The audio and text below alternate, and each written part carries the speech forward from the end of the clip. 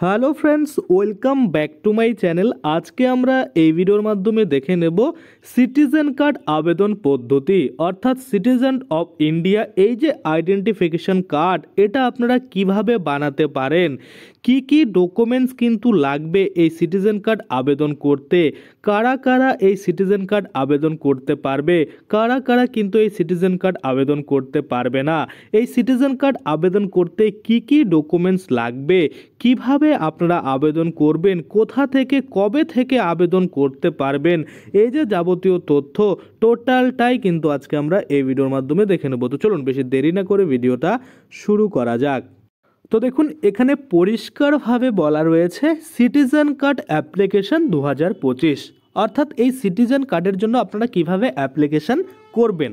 দেখুন, ভারতীয় নাগরিকদের জীবনে Aadhaar card, voter card, PAN card এগুলির গুরুত্ব যে কতটা তা আমরা কিন্তু সবাই জানি।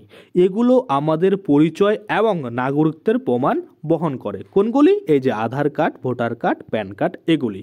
এবার যদি আমরা দেখি, তবে আধার কার্ড আমাদের শুধুই পরিচয় দেয়, আবার ভোটার কার্ড নাগরিকত্বের প্রমাণ দেয়। কারণ আমরা ভোট দিতে পারি, সেক্ষেত্রে কিন্তু ভোটার কার্ডকে নাগরিকত্বের প্রমাণ হিসাবে ধরা হয়েছে। দেখুন, আধার কার্ড শুধুমাত্র পরিচয়, ভোটার কার্ড শুধুমাত্র নাগরিকত্বের পরিচয়, এটা কিন্তু বলা হয়েছে। এবার কথা হচ্ছে, এই যে আধার কার্ড, ভোটার কার্ড রয়েছে, এই দুটোকে কম্বিনেশন করে কিন্তু একটা কার্ড তৈরি করতে যাচ্ছে। সেই কার্ডটার নামই হচ্ছে সিটিজেন কার্ড। আপনারা যারা ভোটার কার্ড করেছেন এবং যারা নতুন করে আধার কার্ড ডাউনলোড করেছেন, তারা কিন্তু অবশ্যই দেখতে পাচ্ছেন যে ওখানে কিন্তু পরিষ্কার করে লেখা থাকে যে আধার কার্ড কিন্তু আপনি সিটিজেন হিসাবে বা নাগরিকত্বের প্রমাণ হিসাবে ব্যবহার করতে পারবেন না। সেজন্যই কিন্তু এই নতুন এক কার্ড করার চিন্তা ভাবনা করছে কে? ভারত সরকার। দেখুন, তাই ভারত সরকার চিন্তা ভাবনা করছে এমন এক কার্ড চালু করার, যেটা আমাদের পরিচয় ও একই সঙ্গে নাগরিকত্বের প্রমাণ দেবে। সেটিকেই বলা হয়েছে বা বলা হচ্ছে সিটিজেন কার্ড। তো এই সিটিজেন কার্ড এবার আপনারা কিভাবে আবেদন করবেন।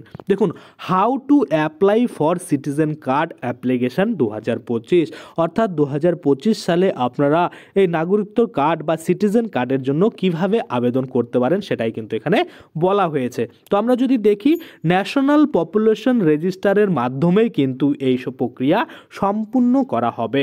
এর আগের ভিডিওটা যারা দেখেছেন তারা সকলেই জানেন, আমি বলেছিলাম এনপিআর এর মাধ্যমে সম্পূর্ণ করা হবে। সেটাই কিন্তু এখানে বলছে যে ন্যাশনাল পপুলেশন রেজিস্টারের মাধ্যমেই এই প্রক্রিয়া সম্পূর্ণ করা হবে। এবং ন্যাশনাল পপুলেশন রেজিস্টার আপডেট করার সময় সকলের তথ্য কিন্তু সংগ্রহ করা হবে, তারপর সেগুলি যাচাই করা হবে এবং তারপরে ইউনিক আইডেন্টিফিকেশন নাম্বার প্রদান করা হবে এবং কার্ডও কিন্তু ইস্যু করে দেওয়া হবে। কোন কার্ড? সিটিজেন কার্ড ইস্যু করা হবে, সেটাই কিন্তু বলছে। কিন্তু বর্তমানে এখন এই নিয়ে কিন্তু কোনো নির্দিষ্ট ঘোষণা হয়নি। যখনই হবে তখনই কিন্তু আমি আপনাদের জন্য আরও একটা ভিডিও বানিয়ে দেবো। আশা করি আপনারা বুঝতে পারছেন। অবশ্যই ভিডিওটাকে লাইক করে দেবেন ভালো লাগলে, এবং যারা নতুন আমার চ্যানেলে এসেছেন তারা দেখবেন নিচে একটা রেড কালারের সাবস্ক্রাইব বাটন রয়েছে, ওখানে ক্লিক করে সাবস্ক্রাইব করে নেবেন এবং বেল আইকনটাকে এনাবেল করে দেবেন। তাতে করে কী হবে, যখনই আমি এই ধরনের কোনো ভিডিও আনাবো সেটার যে নোটিফিকেশান সেটা কিন্তু আপনার কাছে পৌঁছে যাবে। আশা করি আপনারা বুঝতে পারছেন। আজকের জন্য ভিডিওটা শেষ করবো। ধন্যবাদ।